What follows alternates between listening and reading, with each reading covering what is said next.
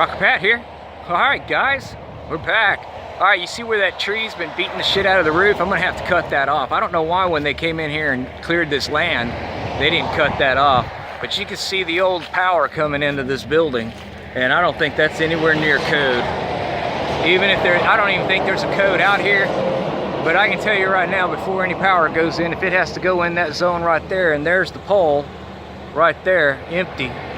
If it's got to do that, well, then I can tell you right now, yeah, we're gonna have to rewire this whole house, which ain't a bad thing. I'm in the county out here. I don't have to hire a licensed electrician. My dad was an electrician my whole damn life. If I can't run 110, I just need to go ahead and go on in the back over here and just, you know, do what nature tells me to do. So anyway, let's go inside our 1930s. Be careful of your step here, because that's gonna have to get replaced pretty quick. But this is the only way into the building. It's got the factory screen door.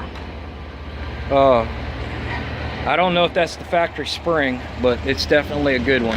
And when I got here, the factory door lock, country door lock, was enacted so that, you know, keep the honest people out and everything. So let's go on inside and see what we find in here, because there's some interesting things going on in here, which is one of the reasons why I'm interested in this house.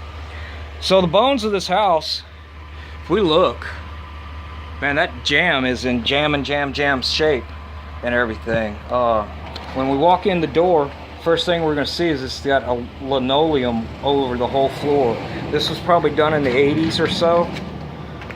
But if you look up underneath it, there's hardwood flooring up underneath. And I've looked underneath the house and it looks like the floor looks solid everywhere. Now, again, we got a house that's sinking a little bit here. And so this back corner is where we're having major issue. And again, like I said, I would be willing to bet that this maybe at one time was a porch. But yeah, it's looking pretty rough back here. We'll see what we got to cut out. But yeah, it's looking pretty rough back here.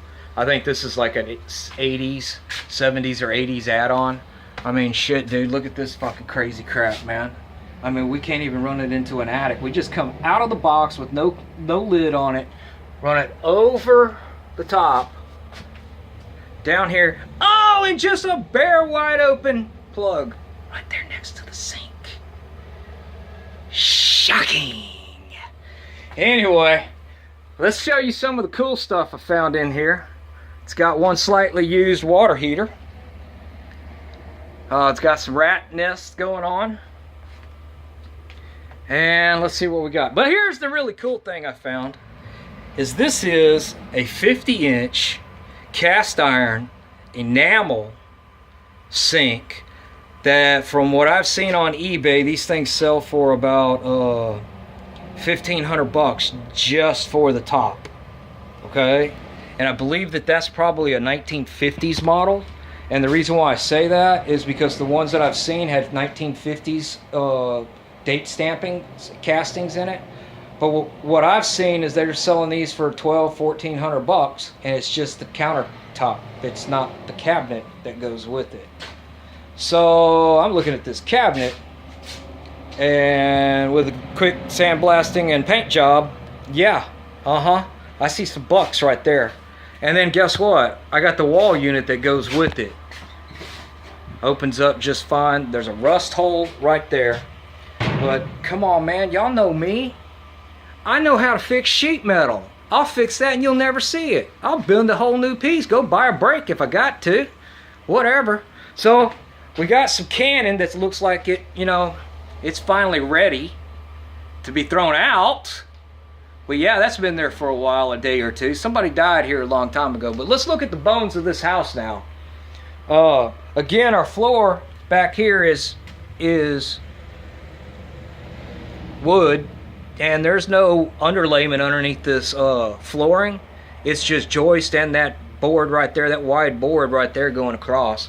This I haven't, it's probably plywood back here. So let's go. The really cool thing is this whole house has this shiplap in it. The whole house. But in here, they got it all covered. This, I guess, would be the dining room, maybe. And you can see the floor It's all, no, that's linoleum. If you look over on the corners, you can see the floor. But we come over here, look at that wood. There's original, that's original wallpaper right there. There's the second layer of wallpaper. There's another layer of wallpaper. And just solid lumber. So, yeah. This is, I would say, the entry room or the living room or whatever you want to call it. It's got linoleum all over the floor. On the other side of that door is our rotted out porch. You know, this one you fall through and die. It's had electricity in here. The floors feel solid. So I'm not worried. I don't feel like I'm going to fall through. Yeah. Old doors, old knobs. Those are probably worth 10 bucks a piece, I'm sure. Who knows? That was a locker. That one's a locker too. You can lock your room. Hell yeah. You know, but look at these floors. That's old growth. I guess it's pine, maybe. I don't know what it is. I think I'm gonna take this room right here and get a sander and sand this damn room down. So anyway, we got our 1970s entertainment center going on over here. They were hi-fiing it at one time here. I mean, Sony. Not only a Sony, but a gold star as well, man. But what's really cool is this whole radio stereo system that's sitting here. That I know a dude in Dallas that might want this. Yeah, y'all know who I'm talking about. Looks like it's missing one speaker and the rest of it looks like it might be there. I haven't opened the top, but I'm gonna own that too. Yes, I am. So anyway, we got the cologne of the day. Got a bird's nest, some old cool roll down blinds and some silky. But here's the cool shit. I mean, dude, didn't even take the dude's clothes. I mean, this is like find the retro dude and sell him that. You know what I mean? Anyway, all right, man. Here's Pat's, Rocker Pat's 1930s farmhouse on a half-acre of land in Leggett, Texas. Now, here's something that's kind of weird. One of my customers a few years back gave me a 1939, I'm wanting to say it's Emerson, and then there's the cabinet was made by somebody else. But that thing was like 1995 and 39 when it was bought brand new. So he gave me that, and that sits in my old 69 Frolic camper. Then I went and I found me a 1939 Ford Coupe that I have. And I paid 500 bucks for that Ford Coupe, all steel. Yeah, there's some missing steel, but don't worry about it. I know how to fix that. So anyway, I'm just starting to see a theme. Maybe I turn this thing into a, rent it out as a 1930s themed bread and breakfast with a car for rent too, or you know what I mean? I got that old 1970 Holiday Rambler camper. I was thinking, well, shit, man, maybe I ought to go buy myself a 1970 Ford four-door F-250 with a 390 in it, and rent the trailer and the whole thing out. I don't know, man, but I do know I'm gonna be doing something with this house. Y'all let me know. Should I mine this thing for the wood? Should I fix it up? Should I just put it on the market? You buy the house, you sell it, you buy it, you move it. What do y'all think I ought to do with this? I really want the land because I need to put a shop out back. I've just come to the conclusion that I'm not going to buy a piece of property without me working for the rest of my life so somebody else can sit in the air conditioning.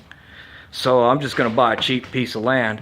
Now, I kind of got a good deal. I don't know if I got a good deal. The man that lives in the old shack over there, the hoarder guy,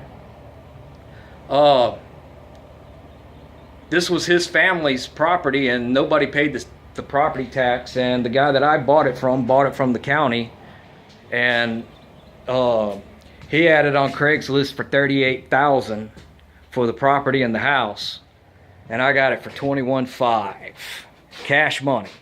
There you go. Give me my piece of property at the very least.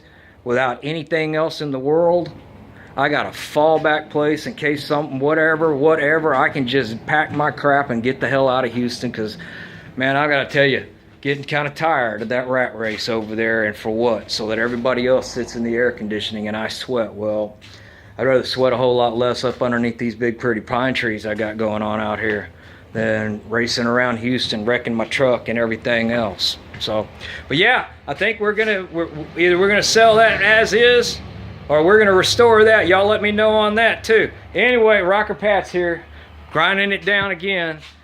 I guess. Oh yeah, you know what? That's like the chimney for, I would think that pipe hole right there would be a either a wood at one time and then maybe a gas stove.